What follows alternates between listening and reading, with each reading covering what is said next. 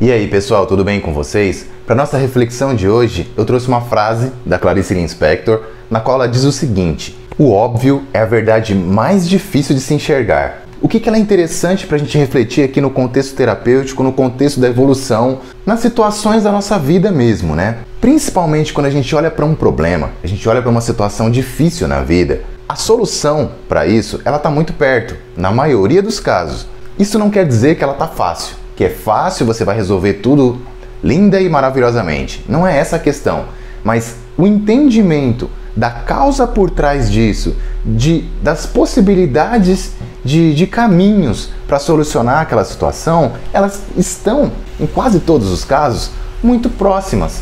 Só que a questão é que nós não conseguimos enxergar, muitas vezes. E aí que está o grande X da questão. Por que nós não conseguimos enxergar? Eu costumo dizer que nós não conseguimos fazer isso porque nós não queremos. Eu sei que é uma forma grosseira de se colocar as coisas, pode soar para você, mas nós não fazemos isso porque nós não queremos em última instância. Olha que interessante, nós somos um ego e nós vivemos a vida a partir de uma exacerbação do ego. Então vamos pensar que a gente começa lá quando criança. Se você pegar o Jung, ele deixa isso muito claro na sua obra. Ele fala lá que a criança ela vai trabalhando os seus aspectos de egoísmo. A criança é naturalmente egoísta, eu já falei isso em vários vídeos. Só que essa criança ela vai crescendo, ela vai se modificando e ela deveria chegar num certo ponto e ela ir se individuando, que é o termo que o Jung usa na obra dele. O que seria esse se individuar? Essa criança deveria começar a ser menos egoísta, ser menos ego e começar a buscar a sua centelha divina, começar a se individuar, ser quem é de verdade. Como a maioria arrasadora dos humanos não está nem aí para isso e não faz isso,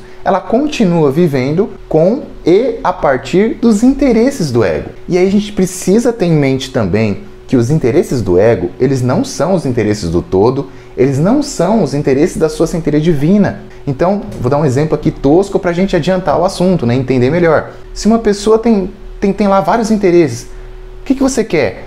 O que eu quero de verdade? Eu quero comprar um monte de coisa, eu quero falar umas verdades para fulano, eu quero brigar com ele, eu quero fazer tal coisa, eu quero ir para tal lugar, eu quero fumar, eu quero beber, não sei. A maioria dos humanos tem interesses que contrariam a si próprios, só que a pessoa não quer enxergar isso. Se você falar para alguém que é viciado em algo, olha, você não acha que isso aqui não é legal para você? Ela não vai querer aceitar. Mas no fundo, ela sabe que a solução seria, por exemplo, não sei, um caso qualquer, parar de fumar, parar de beber, parar de usar drogas. Isso é fácil? Não é fácil.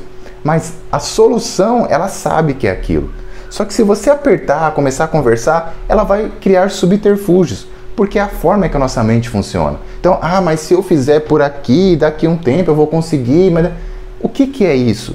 É a mente ganhando tempo. Ela está nos enganando. Ela faz isso o tempo todo. Então, o que eu recomendo aqui? Lançar um olhar nessa direção.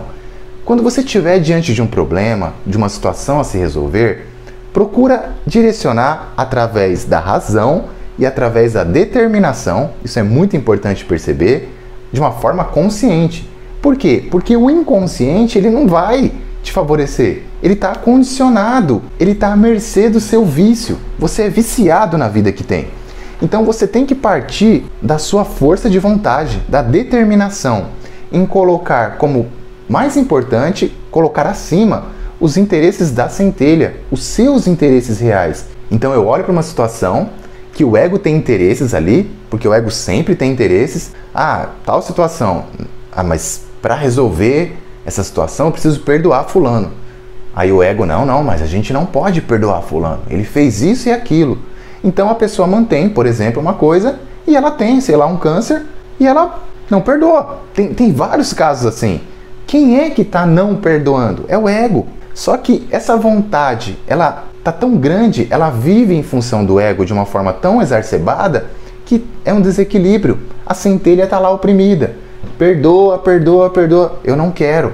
Então a pessoa muitas vezes morre, sofre coisas indizíveis, mas para manter. Então no fundo, a pessoa não quer. Nós não queremos as coisas. E é muito difícil para a gente olhar para isso. Uma dica que eu dou sempre é: se imagine como uma terceira pessoa, desprovida, ou pelo menos o máximo possível, de emoção. Sai do aspecto emocional. Olha para você mesmo e, nossa, olha isso aqui.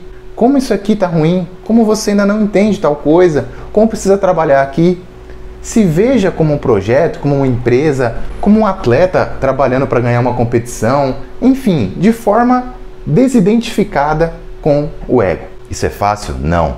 Eu costumo sempre dizer que eu busquei ajuda minha vida praticamente toda para resolver pequenos e grandes problemas e sempre trazendo essa consciência, querendo ter tapas na cara, ter situações que me confrontassem para eu conseguir enxergar. Muitas vezes, na maioria delas, eu não enxergava logo de cara. Ah, isso aqui me faz... Não, mas espera aí, não faz. Mas espera aí, deixa eu olhar para isso com carinho, porque talvez tenha alguma coisa aqui que seja preciosa. Enfim, pessoal, essa é uma ideia que eu acho que é muito válida para a gente trazer para a nossa vida. Se vocês acharam interessante, não entenderam, pensaram em algo a partir disso, compartilhem aqui no vídeo, que eu comento assim que possível, ou faço um outro vídeo para a gente entender melhor certos meandros. Cliquem em joinha se acharam interessante para ajudar na divulgação. Muito obrigado e até a próxima vez.